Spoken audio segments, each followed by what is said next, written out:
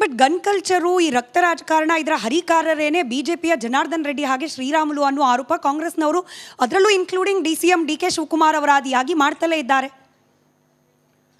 Gun culture ಖಂಡಿತ yes, nobody is above the law. ಕಾನೂನಿಗಿಂತ ದೊಡ್ಡವರು ಯಾರೂ ಇಲ್ಲ. ಇಲ್ಲಿ ಯಾವುದೇ ರೀತಿಯಾದಂಥ ಕಾನೂನು ಉಲ್ಲಂಘನೆ ಮಾಡೋಂಥವ್ರು ಒಬ್ಬ ಶಾಸಕನೇ ನೀವು ನೋಡಿ, ಅಲ್ಲಿ ಅವ್ರು ಹೋಗಿ ಕಂಪ್ಲೇಂಟ್ ಕೊಡ್ಬೋದಿತ್ತು, ಕಂಪ್ಲೇಂಟ್ ಕೊಟ್ಟು ಕ್ರಮ ವಹಿಸಿಸ್ಬೋದಿತ್ತು. ಅದು ಬಿಟ್ಟು ಸ್ವತಃ ಅವರೇ ಕಾನೂನನ್ನ ಕೈಗೆ ತೊಗೊಂಡು ಅವರ ಹಿಂಬಾಲಕರನ್ನು ಕಳಿಸಿ ಅವ್ರ ಮನೆ ಮೇಲೆ ದಾಳಿ ಮಾಡಿಸುವಂಥದ್ದು ಇನ್ನೊಬ್ಬ ಶಾಸಕನ ಮೇಲೆ ಎಷ್ಟು ಮಟ್ಟಿಗೆ ಸರಿ ಇದೆ? ಸೊ ಈ ರೀತಿ ಕಾಂಗ್ರೆಸ್ನವರು ಇವತ್ತು ಕಾಂಗ್ರೆಸ್ ಪಕ್ಷ ಆಗಲಿ, ಕಾಂಗ್ರೆಸ್ ಸರ್ಕಾರ ಆಗಲಿ ಈ ಘಟನೆಯನ್ನು ಖಂಡಿಸುವಂಥ ಒಬ್ಬನೇ ಒಬ್ಬ ವ್ಯಕ್ತಿನೂ ಈ ಘಟನೆಯನ್ನು ಖಂಡಿಸಿಲ್ಲ. ಇದಕ್ಕೆ ಪೂರಕವಾಗಿಲ್ಲ, ನಮ್ಮ ಶಾಸಕನ ಪರವಾಗಿ ನಾವು ನಿಂತ್ಕೋತೀವಿ, ಅವ್ರು ಏನೇ ತಪ್ಪು ಮಾಡಿದ್ರು ಪರವಾಗಿಲ್ಲ, ತಪ್ಪಾದರೂ ಪರವಾಗಿಲ್ಲ, ನಾವು ಅವ್ರ ಜೊತೆ ಇದ್ದೀವಿ ಅಂತ ಈ ರೀತಿ ಬಂಡತನ, ಕಾನೂನು ವಿರುದ್ಧವಾಗಿ ನಿಂತಿರುವಂಥದ್ದು ನಿಜಕ್ಕೂ ಖಂಡನೀಯ ಅಂತ ಹೇಳಕ್ಕೆ ಇಷ್ಟಪಡ್ತೀನಿ. ಅಲ್ಲಿಗೆ ಜನವರಿ 17ಕ್ಕೆ ಪಾದಯಾತ್ರೆ, ಜನವರಿ 17ಕ್ಕೆ ಸಮಾವೇಶ ಘಟನೆ ನಡೆದಿದ್ದು ಜನವರಿ 1ನೇ ತಾರೀಕು. ಬಿಜೆಪಿಯ ರಿಯಾಕ್ಷನ್ ಕೂಡ ಸ್ಲೋ ಆಗ್ತಿದೆ ಅಂತ ಅನ್ನಿಸ್ತಿಲ್ವಾ?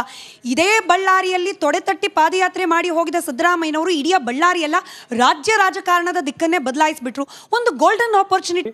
ಭಾಳ ಸ್ಪಷ್ಟವಾಗಿ ಪಕ್ಷದ ಮತ್ತು ನಮ್ಮ ನಾಯಕರ ಪರವಾಗಿ ನಿಂತು ಸತ್ಯತೆ ಬರಬೇಕು. ನಾವೇನು ಕೇಳಿದ್ದು ಜುಡಿಷಿಯಲ್ ಎನ್ಕ್ವೈರಿ ಆಗಬೇಕು ಅಂತ, ಇಲ್ಲಿ ತನಿಖೆ ಆಗಬೇಕು, ನ್ಯಾಯ ಸಿಗಬೇಕು ಅಂತ ಭಾಳ ಸ್ಪಷ್ಟ ಉದ್ದೇಶದಲ್ಲಿ ನಮ್ಮ ನಿಲುವನ್ನು ತೊಗೊಂಡಿದ್ದೀವಿ. ಅದನ್ನು ಭಾಳ ಪ್ರಬಲವಾಗಿ ವ್ಯಕ್ತಪಡಿಸಿದ್ದೀವಿ. ಕುಮಾರಸ್ವಾಮಿ ಅವರನ್ನು ಭಾಳ ಪ್ರಬಲವಾಗಿ ವ್ಯಕ್ತಪಡಿಸಿದ್ದಾರೆ, ಇನ್ನೂ ಪ್ರಬಲವಾಗಿ ವ್ಯಕ್ತಪಡಿಸಿದ್ದಾರೆ. ನಮ್ಮ ಪ್ರತಿಪಕ್ಷದ ನಾಯಕರು ಅಶೋಕ್ ಅವರು ಸಹ ಅದನ್ನು ಪ್ರಬಲವಾಗಿ ಕೈಗೆತ್ಕೊಂಡಿದ್ದಾರೆ. ನಾವು ಮೈತ್ರಿ ಪಕ್ಷಗಳು ನಾವೆರಡು ಒಂದಾಗಿ ಹೋಗ್ತಿರೋವಂಥದ್ದು. ಹಾಗಾಗಿ ಕುಮಾರಣ್ಣನವ್ರು ಬೇರೆ ಅಲ್ಲ, ನಾವು ಬೇರೆ ಅಲ್ಲ ಅಂತ ನಾವು ಯಾವ ತಾರತಮ್ಯನ ಮಾಡ್ಕೋತಿಲ್ಲ. ನಾವು ಒಂದಾಗಿ ಒಗ್ಗಟ್ಟಿನಿಂದ ಹೋಗ್ತಾ ಇದ್ದೀವಿ. ಹಾಗಾಗಿ ನಮ್ಮಲ್ಲೇನು ನೀವು ಬಿರುಕನ್ನು ತರೋದು, ಅವ್ರು ಜಾಸ್ತಿ ಆಯಿತು ಇವ್ರು ಕಮ್ಮಿ ಆಯಿತು ಅನ್ನೋಂಥ ಬೇಕಾದ್ರೆ ನಿಮ್ಮ ಅಭಿಪ್ರಾಯ ಹೇಳ್ಬೋದು, ನಿಮಗೆ ಆ ಸ್ವಾತಂತ್ರ್ಯ ಇದೆ. ಬಟ್ ನಮ್ಮಲ್ಲಿ ಯಾವುದು ಆ ವ್ಯತ್ಯಾಸ ಕಾಣಲ್ಲ. ನಾವಿಬ್ಬರು ಒಂದು ಒಗ್ಗಟ್ಟಿನಿಂದ ಹೆಜ್ಜೆ ಇಡ್ತಾ ಇದ್ದೀವಿ.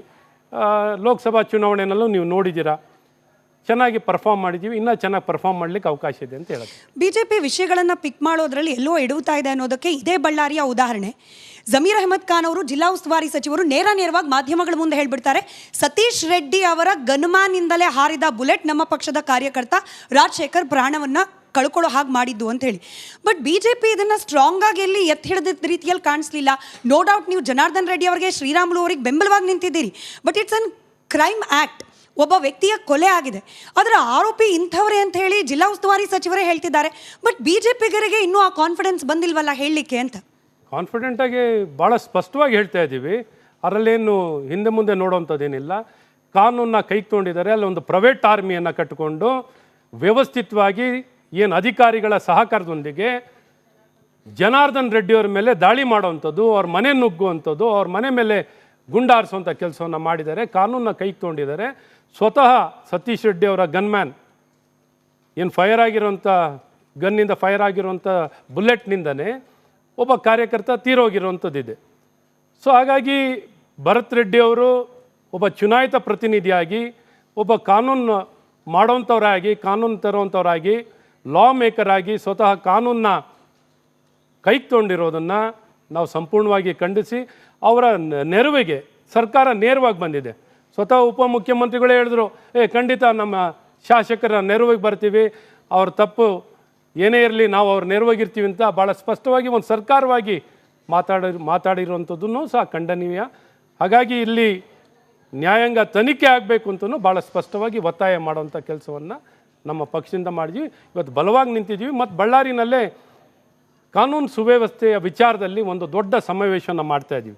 ಯಾವ ರೀತಿ ಕರ್ನಾಟಕ ರಾಜ್ಯದಲ್ಲಿ ಕಾನೂನು ಸುವ್ಯವಸ್ಥೆ ಹಾಳಾಗಿದೆ, ಯಾವ ರೀತಿ ಕರ್ನಾಟಕ ರಾಜ್ಯದಲ್ಲಿ ಸುರಕ್ಷಿತವಾಗಿ ನಾಗರಿಕರಿಲ್ಲ, ಯಾವ ರೀತಿ ಬೇಕಾದ್ರೆ ಹಸ್ತಕ್ಷೇಪ, ಅಧಿಕಾರ ದುರ್ಬಳಕೆ ಕಾಂಗ್ರೆಸ್ ಸರ್ಕಾರದಿಂದ ಆಗ್ತಿದೆ, ಕಾಂಗ್ರೆಸ್ಸಿನ ನಾಯಕರು ಅಧಿಕಾರ ದುರ್ಬಳಕೆ ಮಾಡ್ತಿದ್ದಾರೆ ಅನ್ನೋದನ್ನ ಭಾಳ ಸ್ಪಷ್ಟವಾಗಿ ಮತ್ತು ಎಲ್ಲ ರೀತಿಯಾದಂಥ ನಡೆದಿರುವಂಥ 10 ಘಟನೆಗಳು ಯಾವ ರೀತಿ ಕರ್ನಾಟಕ ರಾಜ್ಯದಲ್ಲಿ ಸಂಪೂರ್ಣವಾಗಿ ಮಾದಕ ವಸ್ತುವಿಂದ ಹಿಡಿದು ಕಾನೂನನ್ನ ಸಂಪೂರ್ಣವಾಗಿ ಕುಸಿದಿರೋದನ್ನು ಒಂದು ಸಭೆಯ ಮೂಲಕ ಇಡೀ ನಾಡಿಗೆ ತಿಳಿಸುವಂಥ ಮತ್ತು ಸರ್ಕಾರಕ್ಕೂ ಅದನ್ನು ತಿಳಿಸುವಂಥ ಒಂದು ಪ್ರಬಲವಾಗಿ ಒಂದು ಕಾರ್ಯಕ್ರಮವನ್ನು ಹಮ್ಮಿಕೊಂಡಿದ್ವಿ.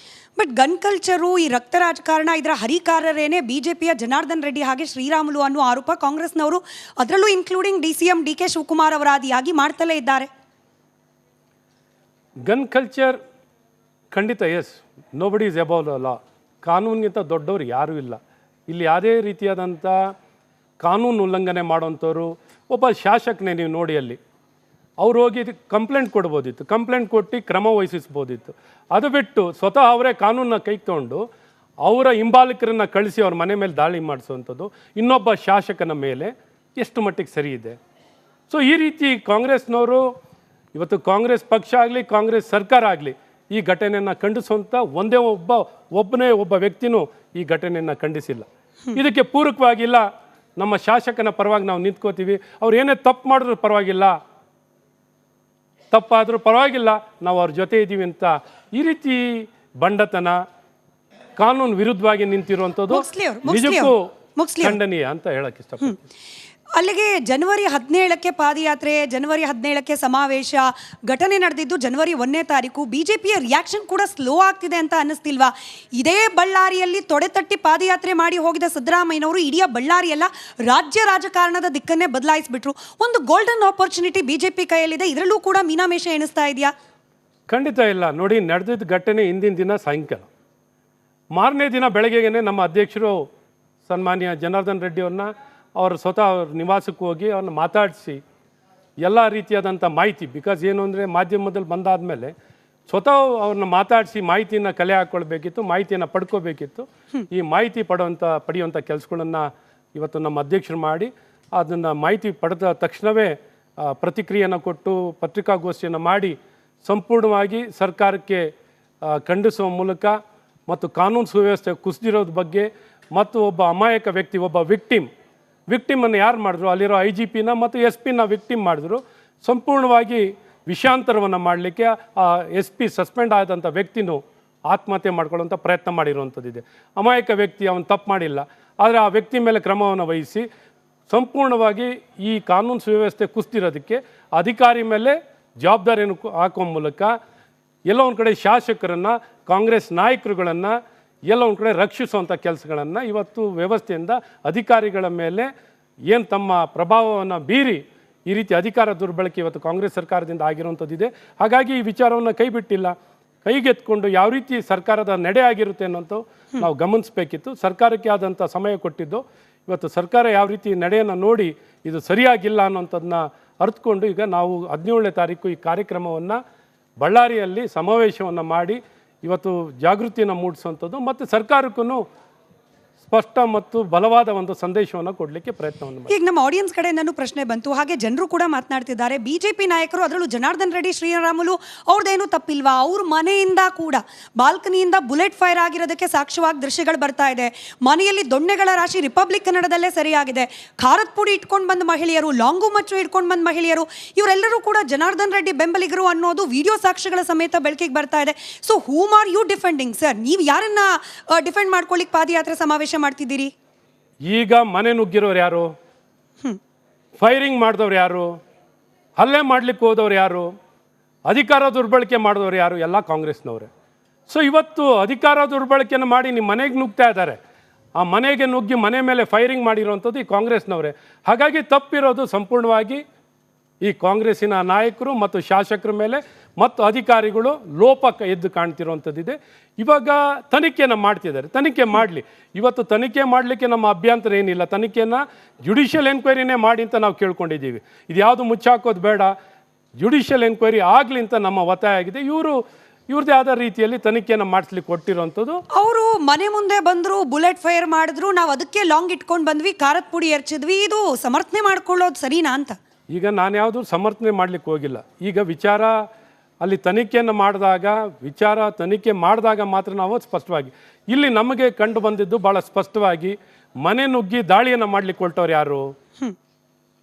Bharat Reddy and the supporters. ಏನು ಓಪನ್ ಆಗಿ ಫೈರ್ ಮಾಡಿಕೊಂಡು ಅವ್ರ ಮನೆಗೆ ನುಗ್ಗಿ ಹೊಡಿಲಿಕ್ಕೆ ಅವರ ಜೀವಕ್ಕೆ ಅಪಾಯ ಇತ್ತು. ಅವ್ರ ಜೀವನೇ ತೊಗೊಳ್ಳಿಕ್ಕೆ ಹೊರಟಿದ್ದಂಥವ್ರು ಈ ಕಾಂಗ್ರೆಸ್ನ ಕಾರ್ಯಕರ್ತರು. ಹಾಗಾಗಿ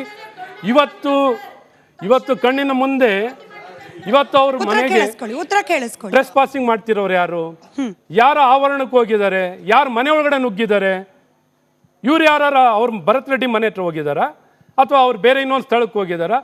ಟ್ರೆಸ್ ಪಾಸಿಂಗ್ ಮಾಡಿ ಒಂದು ಮನೆಯ ಒಳಗೆ ನುಗ್ಗಿ ಅವರಿಗೆ ಅಲ್ಲೇ ಮಾಡ್ಲಿಕ್ಕೆ ಕೊಟ್ಟಿರೋಂಥದ್ದು, ಅವ್ರನ್ನ ಜೀವ ತಗೊಳಕ್ಕೆ ಕೊಟ್ಟಿರೋಂಥದ್ದು ಈ ಕಾಂಗ್ರೆಸ್ನ ನಾಯಕರು ಭಾಳ ಸ್ಪಷ್ಟವಾಗಿ